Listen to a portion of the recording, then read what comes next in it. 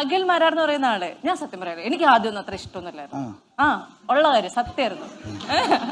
പക്ഷെ പിന്നീട് big boss ഇങ്ങനെ കണ്ട് തുടങ്ങിയപ്പോഴാണ് കൊള്ളാലോ, ഇങ്ങനെ കണ്ടന്റ് ഉണ്ടാക്കാൻ ഇങ്ങനെ നന്നായിട്ട് അറിയാലോ. അതെ, എന്നെ ഇങ്ങനെ പറയുന്നതാണോ നിങ്ങൾക്ക് സന്തോഷം? അല്ല, അങ്ങനെ ഏത് ശത്രുവിനെയും മിത്രമാക്കാനുള്ള ആ പ്രത്യേക കഴിവ് അഖിൽ മാരാർക്കുണ്ടോ? പക്ഷേ ശത്രുവിനെ നമ്മൾ എങ്ങനെ സ്നേഹിക്കും? ശത്രുവിനെ സ്നേഹിക്കാൻ എന്താ വലിയ പാട്? ക്യാമറ ഒന്ന് ഓഫ് ചെയ്യട്ടെ. വലിയ പാടൊന്നുമില്ലടോ. ആരെയും നമുക്ക് ആരോടും വിരോധം എന്തിനാണ് മനുഷ്യരോട് എന്തിനാണ് വിരോധം? നമ്മൾ ആരോടെങ്കിലും എന്തെങ്കിലും കാര്യത്തിന് ചൂടാവുന്നുണ്ടെങ്കിൽ ഒരു പർട്ടിക്കുലർ വിഷയത്തോടായിരിക്കും. ആ വിഷയം ഇപ്പം പണ്ട് എൻ്റെ ഒരു സുഹൃത്ത് എൻ്റെ കുറച്ച് പൈസ കടം വാങ്ങി. അപ്പം കക്ഷി തരാം എന്ന് പറഞ്ഞ് റിപ്പീറ്റ് ആയിട്ട് എന്നോട് പറയും. എനിക്ക് അതായിരുന്നു ഇറിറ്റേഷൻ. തരാം എന്ന് പറഞ്ഞിട്ട് തരാതിരിക്കുക, പിന്നെ വിളിച്ചാൽ ഫോൺ എടുക്കാതിരിക്കുക. അങ്ങനെ അവിചാരിതമായിട്ട് ഞങ്ങൾ ഒരിടത്ത് വെച്ച് കണ്ടപ്പോൾ ഞാൻ പറഞ്ഞു, ആ 15,000 രൂപയെ കാട്ടിയും വില ഞാൻ നിനക്ക് തരുന്നുണ്ട്, പൈസ തരണ്ട. അപ്പൊ എന്റെ സൗഹൃദം അവിടെ നിലനിൽക്കുന്നു.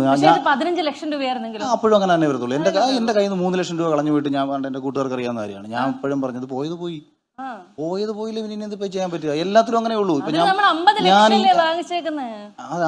ഞാൻ പൈസ നമ്മളെ ബന്ധങ്ങളെ മൂല്യം ഈ പണം കൊണ്ട് അളക്കാൻ പാടില്ല. കുട്ടികളെ ഒരിക്കലും വഴക്കറിയാത്ത ഒരു അച്ഛനാണെന്ന് ഞങ്ങളെന്ന് അറിഞ്ഞു. വഴക്ക് ഞാൻ പറയും. ഇപ്പൊ ഞാൻ അങ്ങനെ കുട്ടികൾക്ക് നമുക്ക് എന്താ കൊടുക്കാൻ പറ്റുക?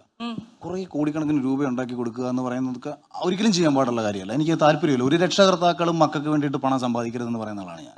അവർക്ക് നല്ല ആരോഗ്യം കൊടുക്കും, അവർക്ക് നല്ല വിദ്യാഭ്യാസം കൊടുക്കും, അവർക്ക് തിരിച്ചറിവുകൾ കൊടുക്കും, അവരെ സ്വയം പര്യാപ്തമാക്കും, അവരെണീറ്റ് നിൽക്കാൻ പഠിപ്പിക്കും. വീഴുമ്പോൾ മാത്രം ജസ്റ്റ് താങ്ങി, വീഴാൻ തുടങ്ങുമ്പോൾ താങ്ങാം. അതിന് മുമ്പേ പോയിട്ട് നൂത്ത് നിർത്തിയിട്ട് എല്ലാം ഉണ്ടാക്കി കൊടുത്തു കഴിഞ്ഞാൽ വീണ് പോകും. ഈ ചിത്രശലഭം കൊക്കൂണിൽ നിന്ന് വിരിയുന്ന കണ്ടിട്ടുണ്ടാവും. ഇത് ഒരു പതുക്കെ സ്വയം പൊട്ടിച്ചാണ് പുറത്തു വരുന്നത്. ഇങ്ങനെ സ്വയം പൊട്ടിച്ച് പുറത്ത് വന്നെങ്കിൽ ഇതിന് പറക്കാൻ പറ്റൂ. നമ്മൾ പൊട്ടിച്ചു കൊടുത്താൽ പുറത്തു വന്ന ചത്തു. ഇളക്കി കൊടുക്കരുത്, പൊട്ടിക്കട്ടെ, ബുദ്ധിമുട്ടട്ടെ, കഷ്ടപ്പെടട്ടെ, വളർന്നു വരട്ടെ. അപ്പൊ പ്രേക്ഷകർ വിധി എഴുതി വിജയിയാക്കിയ മികച്ച കണ്ടന്റുകൾ നൽകി ബിഗ് ബോസ് മലയാളം സീസൺ 5 വിജയിയായ ആൾക്ക്, ആ രാജാവിന് ഒരു പട്ടം നൽകണ്ടേ? നൽകിക്കൂ.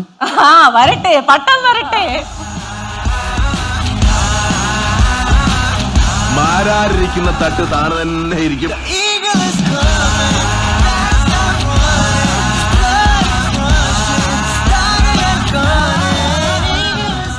നിങ്ങളെല്ലാരും ഹാപ്പി അല്ലേ? രാജാവെന്നാട്ടോ നമ്മള് ജുനൈസ് തന്നെ വിളിക്കുന്നത്. നിങ്ങളൊക്കെ ഹാപ്പി അല്ലേ? അവര് കിടന്ന് വോട്ട് ചെയ്തിട്ട് പിന്നെ അവര് ദുഃഖിക്കുമെന്ന് എനിക്ക് കപ്പിട്ടുമ്പോ. എന്നിട്ട് അത്ര എനർജി ഇവിടെ ജുനൈസിക്കാന്നാ?